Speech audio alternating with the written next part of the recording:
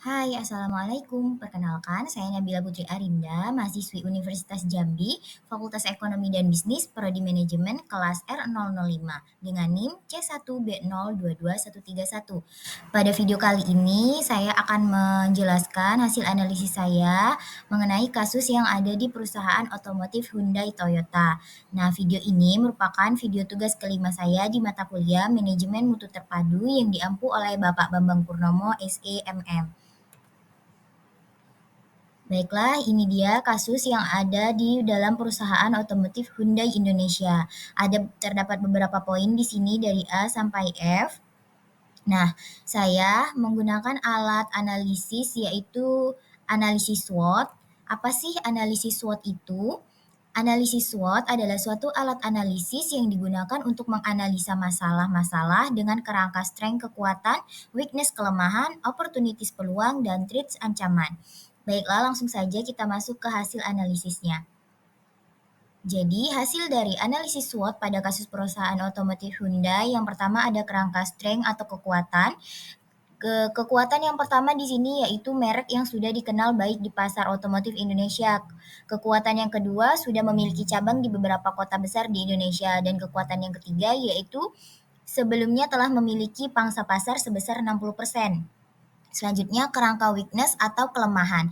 Kelemahan yang pertama adanya masalah pada produk terutama dalam hal sistem pengereman telah mengakibatkan penurunan kepercayaan pelanggan dan dapat mempengaruhi citra merek Hyundai secara keseluruhan. Kelemahan kedua, keterbatasan jaringan cabang di beberapa wilayah Indonesia yang menyebabkan kurangnya aksesibilitas terhadap layanan purna jual yang dapat mengurangi kepuasan pelanggan dan membatasi potensi pertumbuhan bisnis. Kelemahan yang ketiga yaitu adanya penurunan kepuasan pelanggan terhadap layanan bengkel, menandakan perlunya peningkatan dalam hal pelatihan karyawan, fasilitas, dan efisiensi layanan. Dan kelemahan yang keempat yaitu efektivitas promosi yang rendah, khususnya melalui media tradisional. Tidak lagi mencerminkan tren konsumen saat ini yang lebih cenderung menggunakan media sosial dan platform online. Kerangka opportunities atau peluang. Peluang yang pertama di sini ada pasar hatchback yang berkembang untuk pasangan muda. Peluang yang kedua untuk meningkatkan layanan purna jual dengan peningkatan staf dan fasilitas bengkel. Selanjutnya, peluang yang ketiga yaitu penggunaan media sosial dan online sebagai platform promosi yang efektif. Selanjutnya, kerangka threats atau ancaman. Ancaman yang pertama yaitu persaingan yang semakin ketat dari pabrik lain yang menawarkan produk hatchback atau produk sejenis. Ancaman yang kedua yaitu penurunan pangsa pasar akibat masalah kualitas produk. Ancaman yang ketiga yaitu perubahan preferensi konsumen terhadap efisiensi bahan bakar dan teknologi. Dan ancaman yang keempat yaitu penurunan kepercayaan pelanggan yang dapat berdampak pada penjualan dan citra merek.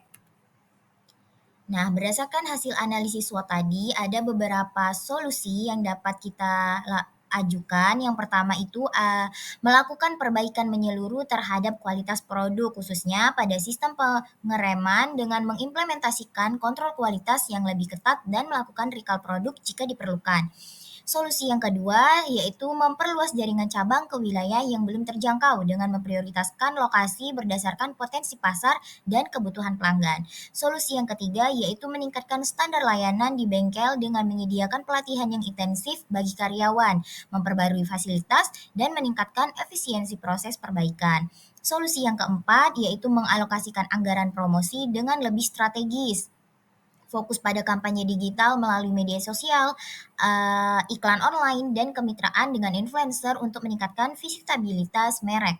Selanjutnya solusi yang kelima yaitu dengan melakukan pengembangan mobil hatchback baru yang menarik dan inovatif. Tentunya dengan memperhatikan kebutuhan dan preferensi konsumen serta keunggulan kompetitif.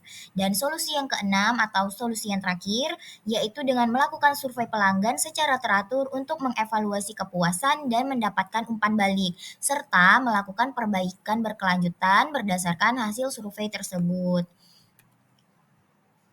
Nah, dari pemaparan materi tadi dapat kita tarik kesimpulan bahwa PT Hyundai Indonesia memiliki reputasi yang kuat dan kehadiran cabang yang mapan, tetapi menghadapi masalah dalam kualitas produk dan layanan pelanggan. Peluang untuk mengembangkan mobil hatchback dan memanfaatkan media sosial sebagai platform promosi harus sangat dimanfaatkan. Namun, perlu diwaspadai terhadap persaingan ketat dan penurunan kepercayaan pelanggan. Diperlukan strategi komprehensif termasuk perbaikan produk, perluasan jaringan cabang, peningkatan layanan pelanggan, promosi yang lebih efektif, pengembangan produk baru, dan survei pelanggan yang teratur. Nah, dengan melakukan langkah-langkah ini, tentunya PT Hyundai Indonesia akan dapat memperbaiki kinerja dan mempertahankan posisi sebagai pemimpin besar pasar otomotif Indonesia.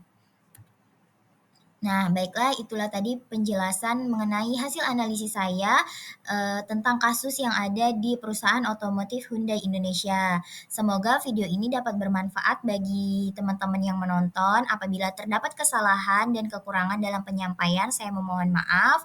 Saya akhiri, wassalamualaikum warahmatullahi wabarakatuh. Terima kasih.